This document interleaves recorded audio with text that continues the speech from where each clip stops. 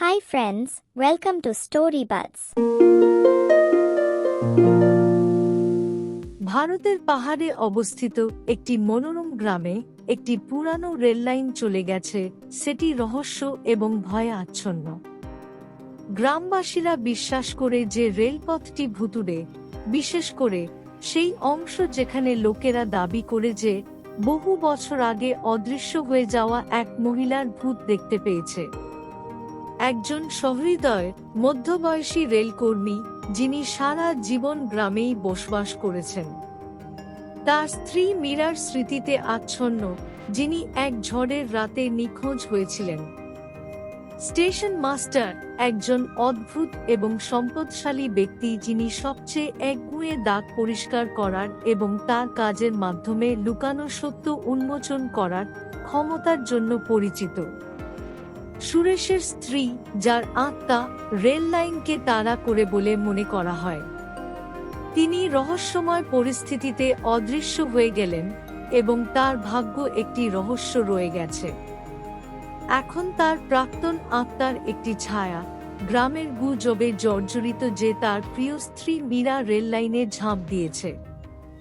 সেই উত্তরের জন্য মরিয়া হয়ে তিনি স্টেশন মাস্টার রাজকে ডাকেন, এই আশায় যে রাজের অনন্য দক্ষতা সেই দুর্ভাগ্যজনক রাতে কি ঘটেছিল সে সম্পর্কে সত্য প্রকাশ করতে পারে। রাজ তার উদ্ভট সরঞ্জাম এবং সুরেশকে সাহায্য করার সংকল্প নিয়ে গ্রামে আসে। তিনি চ্যালেঞ্জ এবং একটি লুকানো সত্য উন্মোচনের সম্ভাবনা দ্বারা আগ্রহী। গ্রামবাসী কৌতূহলী এবং ভীত দূর থেকে দেখে যে রাজ রেলপথে তার কাজ শুরু করে। রাজ ট্র্যাক পরিষ্কার করার সাথে সাথে অদ্ভুত ঘটনা ঘটতে শুরু করে। ট্র্যাকের দাগগুলি অতীতের ছবি এবং শব্দগুলি প্রকাশ করে মীরার শেষ মুহূর্তের স্নিপেটগুলি দেখায়। রাজ এবং সুরেশ ভৌতিক আবির্ভাব দেখেন এবং বাতাস দ্বারা বাহিত ফিস ফিস শুনতে পান, যা তাদের সত্যের দিকে পরিচালিত করে। এক রাতে পূর্ণিমার নিচে মীরার আত্মা রাজ এবং সুরেশের কাছে উপস্থিত হয়। সে রেলওয়ের কাছে একটি লুকানো জায়গার দিকে ইশারা করে তাদের অনুসরণ করার জন্য অনুরোধ করে। তার উপস্থিতি সান্ত্বনাদায়ক এবং অস্বস্তিকর উভয়ই, কারণ সে একটি গুরুত্বপূর্ণ বার্তা জানাতে মরিয়া বলে মনে হয়। রাজ এবং সুরেশ মীরার আত্মা দ্বারা নির্দেশিত স্থানে খনন করে এবং একটি লুকানো জার্নাল উন্মোচন করে। জার্নালে মীরার নোট এবং রেলওয়ে কর্মকর্তারা গ্রামবাসীদের শোষণ করে এমন একটি ষড়যন্ত্র প্রমাণ রয়েছে।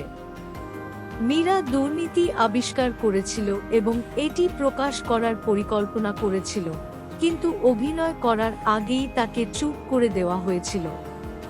প্রমাণের সাথে সজ্জিত সুরেশ এবং রাজ দুর্নীতিবাজ কর্মকর্তাদের মোকাবিলা করে গ্রামে তাদের অপরাধ প্রকাশ করে। কর্মকর্তাদের বিচারের মুখোমুখি করা হয় এবং গ্রামবাসীরা মীরার অন্তর্ধানের সত্য ঘটনাটি জানতে পারে।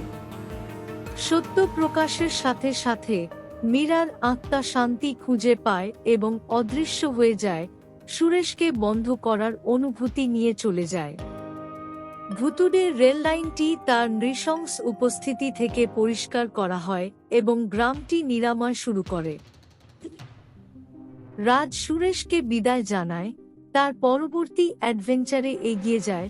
সুরেশ যদিও এখনো শোকাহত, মীরার আত্মা বিশ্রামে রয়েছে জেনে সান্ত্বনা পায়।